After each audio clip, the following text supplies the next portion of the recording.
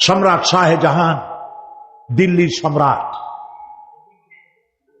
হাবিজাবি সম্রাট না, দিল্লির সম্রাট। এখন কোথায়? কবরের মধ্যে। কবি বলতেছেন, শাহনে জাহাं को जिन्हें फक्र से देते थे बाज, शाहने जहां को जिन्हें फक्र से देते थे बाज, वाज कब्र में है सूरह अलहम्दु की मोहताज। সারা ভারতবর্ষ যারা ট্যাক্স দিয়ে নিজেকে সৌভাগ্যবান বলে মনে করত, সে আজ কবরের মধ্যে ভিক্ষুকের মতো সূরা আলহামদুর মতো একটি সূরার মুহতাজ হয়ে ভিক্ষুকের মতো শুয়ে আছে। সম্রাট শাহজাহান মসজিদে বসে আছে, এক ফকির ঘুরতেছে। লোকেরা কয়, ছোটবেলা থেকেই তোমারে খয়রাত করতে দেখলাম, ভিক্ষা কি জীবনেও যাবে না তোমার? লোকটি বলছে, আমি ভিক্ষা করবো ছাড়া আমার উপায়টা কি? এই লোকটি, আমি ভিক্ষা করা ছাড়া করবো কি? লোকেরা তো আমার 60 টাকা, 50 টাকা, 100 টাকা দেয় না, 4 আনা 5 আনা 1 টাকা এই আমার দেয়, এ দিয়ে আমি বড় লোক হবো কেমন? লোকটি বলছে, আচ্ছা দেখো, তুমি তো জায়গা মতো যাইতে পারো নাই, বাদশার কাছে যাও, এমন দেওয়া দেবে জীবনে আর খয়রাত করা লাগবে না। তো বাদশার কাছে কি খয়রাতি যাইতে পারে কোনোদিন? কয়, হ্যাঁ এখন পারবা। কেমনে? কয়, সম্রাট শাহজাহান এখন একা একা মসজিদে আছেন। তখনকার এসব বাদশারা অনেকে নামাজি ছিলেন, দিনদার ছিলেন। ফকির দরজার কাছে দাঁড়াইয়া দেখতে পাচ্ছে কেউ নাই, দেহরক্ষীরা দূরে দূরে দাঁড়ানো। বাদশাহ মসজিদের ভেতরে বসে হাত তুলে ঝুলতেছে আর কাঁদতেছে, চোখের পানি দিয়া দাঁড়িয়ে ভিজে ভিজে পড়ছে। এই দৃশ্য অনেকক্ষণ দেখলো ফকির। কিছুক্ষণ পর সম্রাট শাহজাহান মসজিদ থেকে বেরিয়ে আসছে। ফকির বলছে, আসসালামু আলাইকুম হুজুর। তিনি বললেন, ওয়ালাইকুম আসসালাম। চলে গেল। বাদশা বলল, আমার কাছে তো কেউ আইসা কিছু না চাইয়া তো যায় না, এরে দেখলাম খয়রাতির মতো কিছু চাইলো না, বেটা ভয় করলো নাকি? আমি এদিকে আসো। আসছে। ভয় পাইছো? কয় না, ভয় পাইনি। তো কিছু যে চাইলে না? ফকির বলছে, জাহাপানা, সত্যিই কিছু চাইতে আসছিলাম। তারপর চাইলে না কেন?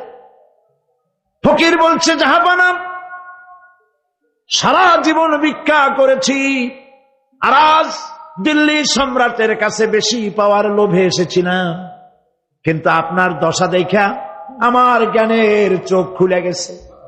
আমি লক্ষ্য করে দেখলাম, আমি সম্রাটের কাছে চাইতে এসেছি, হাত তুলি নাই, বিনয় প্রকাশ করি নাই, চোখের পানি ফেলি নাই, কিন্তু লক্ষ্য করে দেখলাম দিল্লির সম্রাট আমার চাইতেও বড় ভিক্ষুকের মতো। আবার কোন সম্রাটের কাছে হাত তুলে কান্দে? আমার জ্ঞানের চোখ খুলে গিয়েছে, আমি বুঝতে পেরেছি সম্রাট কান্দে যেই সম্রাটের কাছে, তারে ছাড়া আর কারো কাছে জীবনে চাইব না। এই কথাই সূরা ফাতিহায় প্রত্যেক দিন পড়ি, বুঝি না কি পড়ি। ইয়াকা না'বুদু ওয়া ইয়াকা নাস্তাঈন। আয় আল্লাহ, একমাত্র তোমার গোলামি করি আর তোমার কাছে সাহায্য চাই, তুমি ছাড়া কারো কাছে সাহায্য চাই না। কলিজা সাফ করুন। কোন মরা পীর, কোন জিন্দা পীর আপনার মনের আশা পুরা করতে পারবে না, পারবে না, পারবে না।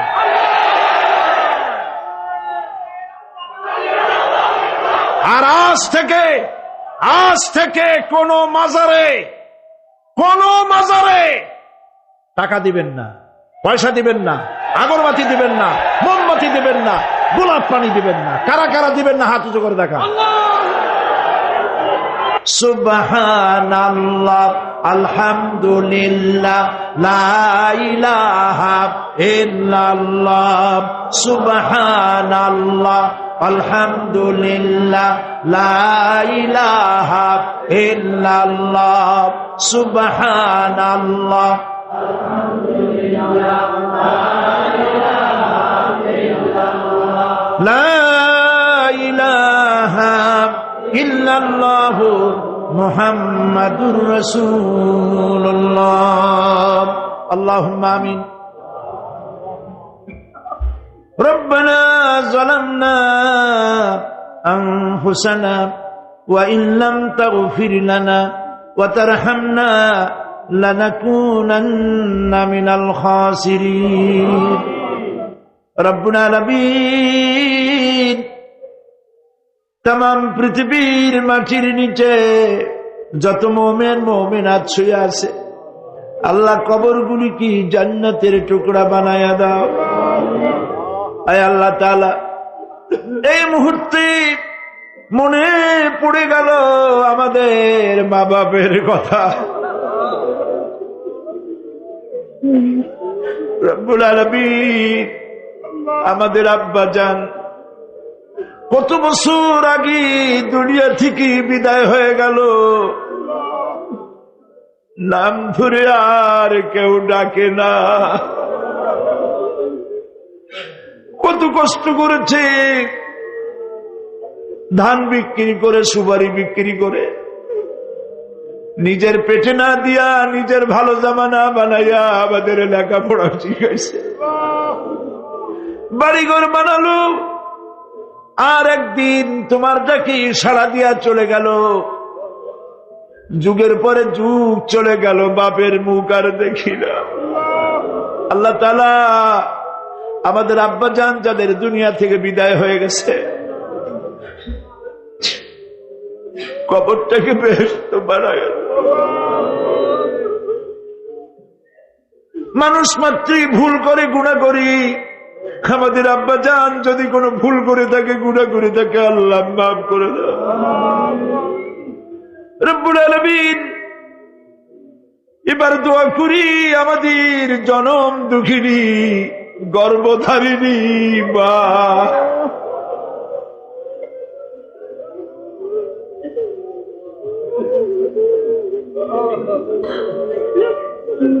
আর 10 মাস ধরে পেটের মধ্যে রেখে কষ্ট করেছে মা,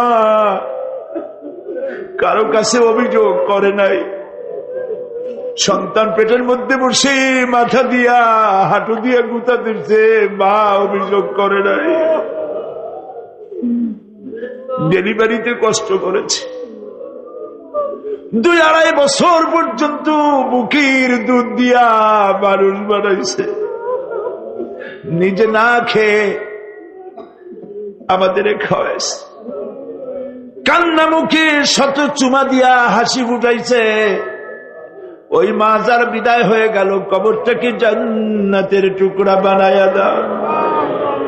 রব্বির হামহুমা কামা রব্বায়ানি সগীরা। সবাই পড়েন, রব্বির হামহুমা কামা রব্বায়ানি সগীরা।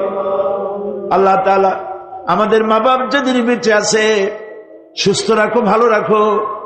বিছানায় ভালাইয়া পরের উপরে নির্ভর করে নিও না, ইমানের সাথে সুস্থ অবস্থায় দিয়ে দিও। আমাদের খেদমত করার তৌফিক দিও রব্বুল আলামিন। দাদা দাদি, নানা নানি যাদের মারা গেল, মাফ করে দিও। আয় আল্লাহ তাআলা, মানুষ যদি আমেরিকায় যায়, ইউরোপে যায়, সপ্তাহে সপ্তাহে বা দিনে দিনে প্রতিদিন টেলিফোনে কথা বলা যায়, চিঠিপত্র দিয়া খোঁজ পাওয়া যায়। আমাদের মা বাপ, আত্মীয় স্বজন যুগের পর যুগ কবরের মধ্যে শুয়ে আছি, কোনো খবর জানি না।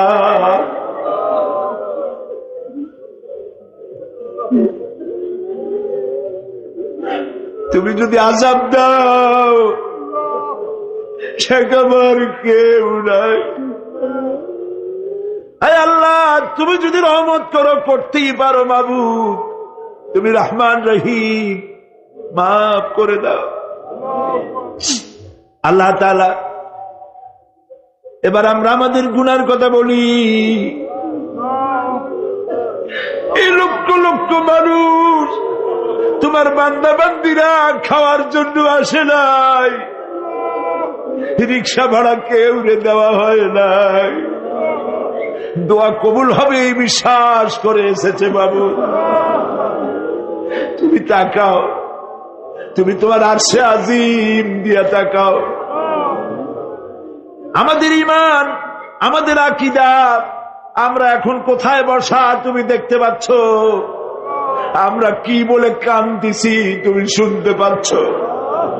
রব্বুল আলামিন আমাদের গুনার দিকে যদি তাকাও তোমার গোসা হতে পারে, আমাদের গুনার দিকে তাকায়ও না, চোখের দিকে তাকাও।